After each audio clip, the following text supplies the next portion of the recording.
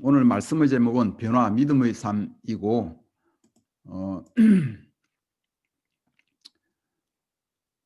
포인트는 믿음과 기대, 두 번째 풍성한 삶입니다. 첫 번째 믿음과 기대의 포인트에서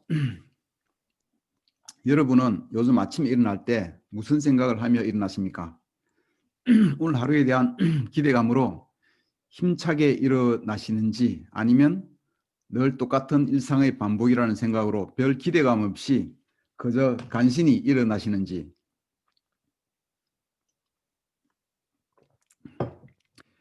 그리고 일어나서 큐티하려고 성경책을 펼 때 말씀에서 얻을 기쁨에 대한 기대감으로 성경책을 여시는지, 아니면 그저 하나의 일상의 일로 아무 기대감 없이 그냥 성경을 보시는지.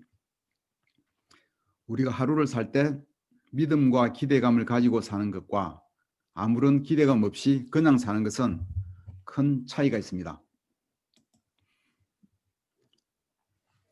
마가복음 5장 24절부터 28절까지를 문명수 형제가 좀 읽어주시겠습니까? 네, 읽겠습니다. 마가복음 5장 24절입니다. 예수님이 그를 따라가시자 많은 사람들이 뒤따라가며 서로 밀쳤다. 군중 가운데 12년 동안 피를 흘리며 앓던 한 여자가 있었다. 그녀는 많은 의사들을 찾아다니며 치료를 받느라고 무척 고생하였고 있던 재산도 다 허비하였으나 나아지기는커녕 오히려 병만 더 악화되었다. 마침 그녀는 예수님의 소문을 듣고 군중 틈에 끼어가다가 뒤에서 예수님의 옷자락을 만졌다. 그 여자는 예수님의 옷만 만져도 자기 병이 나을 것이라고 생각했던 것이다. 예, 감사합니다. 12년 동안 혈루병으로 고생하던 여자가 있었습니다. 많은 의사들을 찾아다니고 하라는 치료는 다 받으며 무척 고생을 했습니다. 재산도 다 허비하였다고 합니다. 그런데 문제는 병이 점점 더 악화만 되어갔습니다. 그 여자가 예수님의 소문을 들었습니다. 예수님이 놀라운 기적들을 행하신다는 소문을 듣고 희망이 생겼습니다. 그 희망이 발전하고 믿음이 되고 기대가 생겼습니다.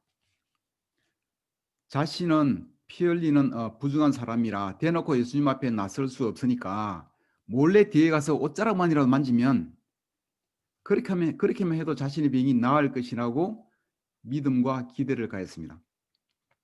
그 여자는 예수님을 찾아갔고 많은 사람이 있어서 예수님께 가까이 가는 것이 힘들었지만 신념 하나로 군중석을 뚫고 나아갔습니다.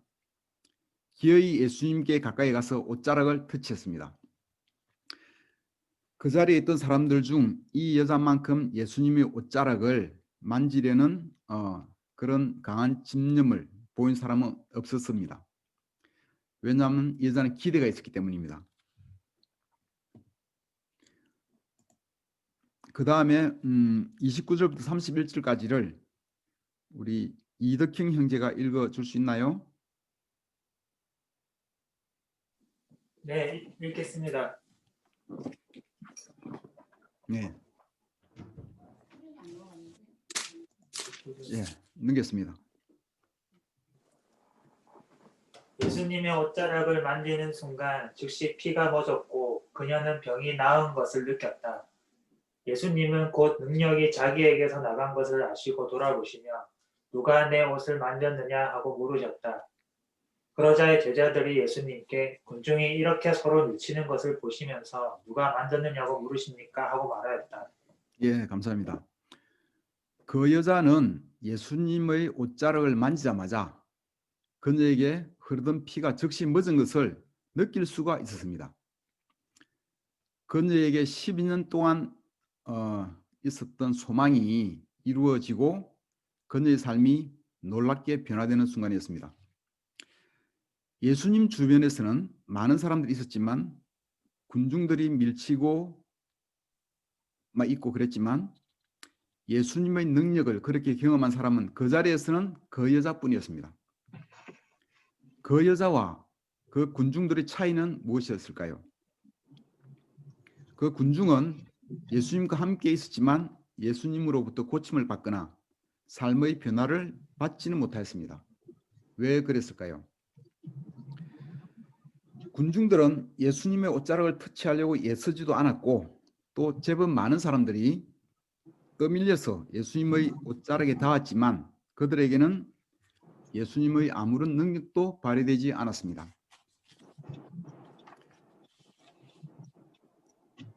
그 여자가 믿음과 기대를 가지고 예수님의 옷자락을 만졌을 때 예수님의 능력을 경험했습니다. 믿음과 기대가 있는 곳에 능력이 생긴 것입니다. 이것은 하나님이 만드신 영적인 원리입니다. 물이 위에서 아래로 흐르는 자연의 이치가 있는 것처럼 우리의 믿음과 기대대로 하나님의 능력이 발현되는 영적인 이치가 있는 것입니다. 그러나 똑같은 행위에도 똑같이 예수님의 옷자락에 닿았으나 그러한 기대가 없는 사람에게는 아무런 일도 생기지 않았던 것입니다. 마가복음 11장 24절에 보면 그러므로 내가 너희에게 말한다. 너희가 기도하고 구하는 것은 무엇이든지 받은 줄로 믿으라. 그러면 그대로 될 것이다.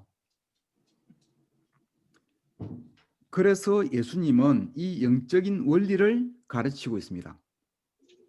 너희가 기도하고 구하는 것은 무엇이든지 받은 줄로 믿으라고. 그러면 그대로 될 거라고. 아침에 큐티하고 기도한 후 여러분은 여러분의 기도를 하나님이 어떻게 이루시는가를 보기를 기대하고 하루를 지내십니까? 아니면 여러분이 한 기도 내용도 까마득히 잊어버리고 그냥 아무 기대 없이 하루를 살고 계십니까?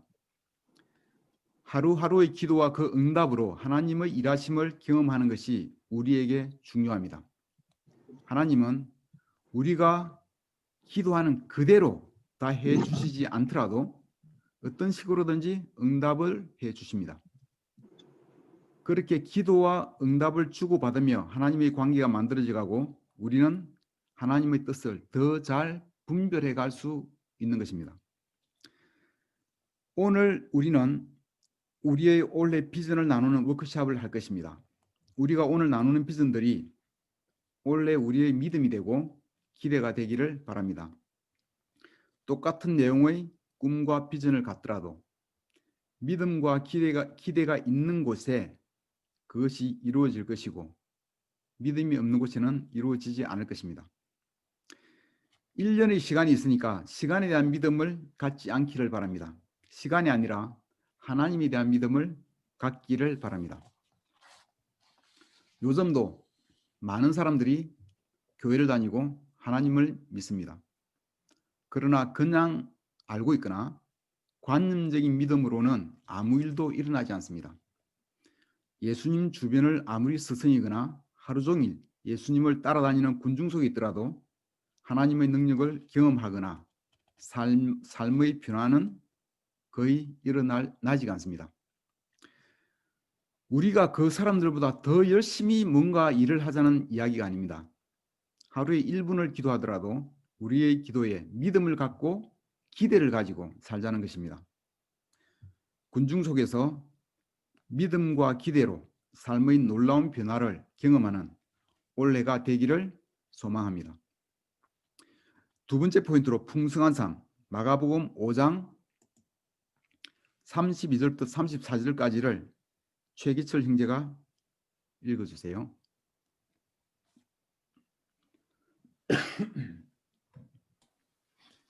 예, 마가복음 5장 32절에서 34절입니다. 그러나 누가 옷을 만졌는지 알아보려고 예수님이 둘러보시자 그 여자는 자기에게 일어난 일을 알고 두려워 떨며 예수님 앞에 와서 엎드려 사실대로 말하였다. 그래서 예수님은 그 여자에게 딸아, 내 믿음이 너를 낫게 하였다. 평안히 가거라. 그리고 질병에서 해방되어 건강하여라 하고 말씀하셨다. 예, 감사합니다. 예수님이 누가 자신의 옷을 만졌는지 보시려고 둘러보였습니다. 그러나 주위에는 많은 군중이 서로 밀치고 있어서 제자들도 누가 누구인지 알 수가 없었습니다. 그 여자가 자신이 몰래 한 행동이 탄로난 것을 알고 예수님께 나아갔습니다. 떨며 두려움을 안고 나아갔지만 그러나 예수님은 기뻐하셨습니다. 내 믿음이 너를 낫게 하였다. 평안히 가거라. 그리고 질병에서 해방되어 건강하여라. 하고 좋은 말씀만 해주셨습니다. 예수님은 사람들이 자신을 믿기를 바라셨습니다. 능력으로 고침을 받고 더 행복해지기를 바라셨습니다. 그것을 위해서 예수님은 이 땅에 오셨습니다. 사람들을 질병이나 고통에서 해방시켜 주시기 위해 오셨는데 군중 속에서 그 자리에 해방을 받은 사람은 그 여자밖에 없었습니다. 누가복음 4장 18절에서 19절까지를 서창환 형제 읽어주세요.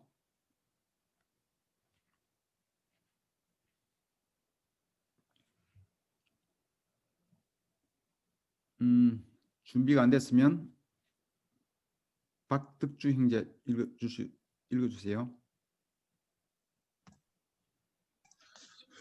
읽겠습니다.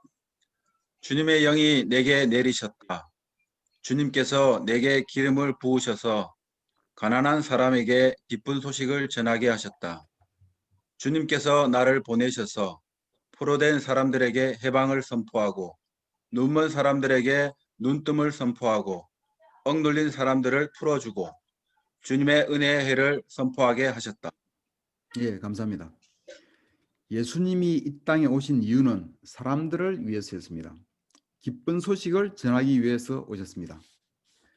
해방시켜주고 눈뜨게 해주고 풀어주고 은혜를 선포하기 위해 오셨습니다. 이 얼마나 좋은 소식입니까? 예수님은 사람들에게 좋은 것을 주시기 위해서 오셨습니다. 그런데 문제는 사람들이 예수님을 믿지를 않았다는 것입니다.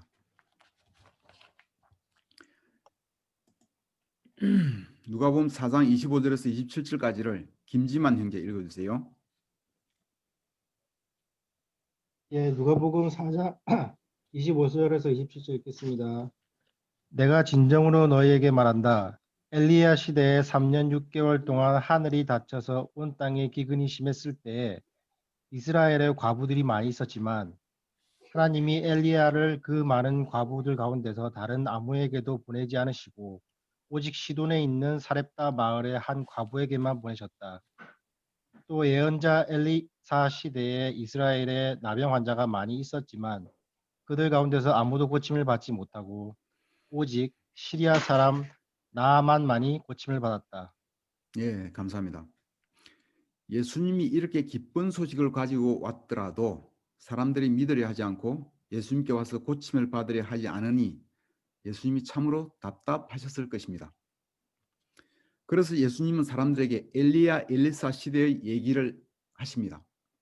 북이스라엘의 엘리야 엘리사 시대에 믿는 사람들이 없어서 하나님이 은혜를 베풀어 줄 사람이 없어서 그 은혜를 받을 사람이 없어서 이방 땅의 과부와 이방 땅의 나아만만이 하나님의 기적을 경험하고 은혜를 입게 하였다는 말씀을 하였습니다. 너희가 나를 믿지 않으면 이 은혜도 또한 너희 것이 될 수 없다는 것을 말씀하고 계신 것입니다. 그래서 믿음으로 와서 넘치는 축복을 받고 하나님의 능력을 경험하고 은혜를 받으라고 강조하신 것입니다.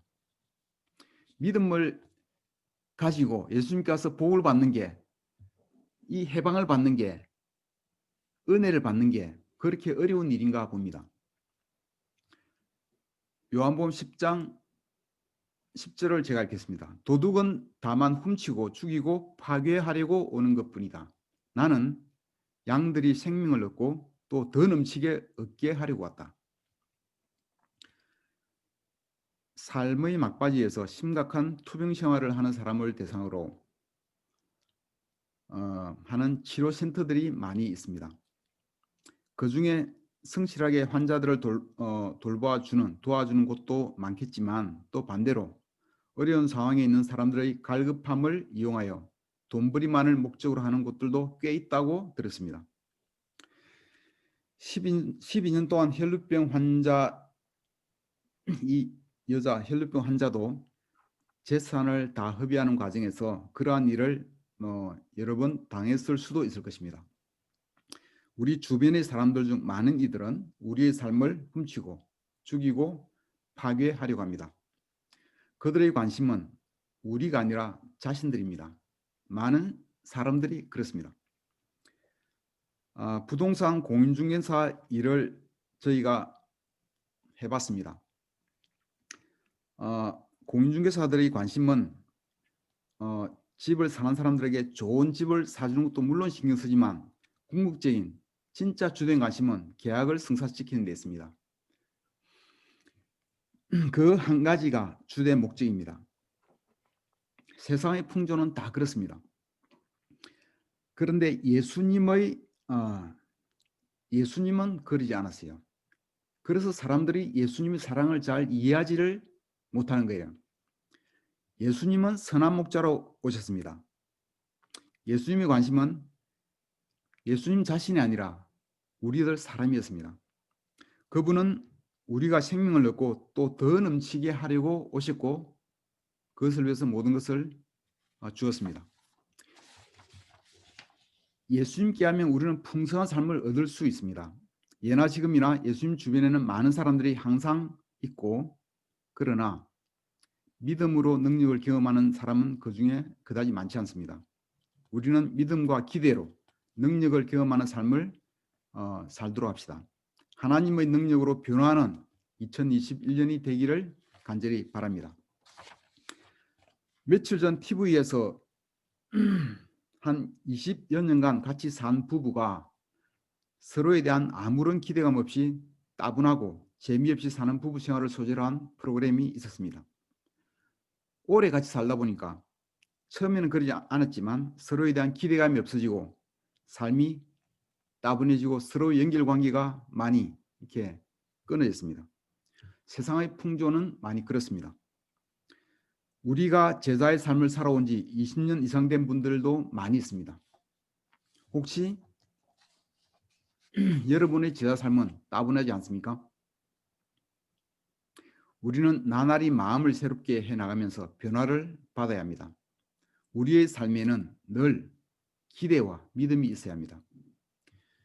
믿음과 기대로 예수님께 가면 나날이 변화할 수 있습니다. 하나님 관계는 점점 더 발전할 수 있으며 우리의 관계도 점차 더 깊어지고 즐거워질 수가 있습니다. 늘 기대감 가지고 사는 삶이 되기를 기도합니다. 감사합니다. 마치겠습니다.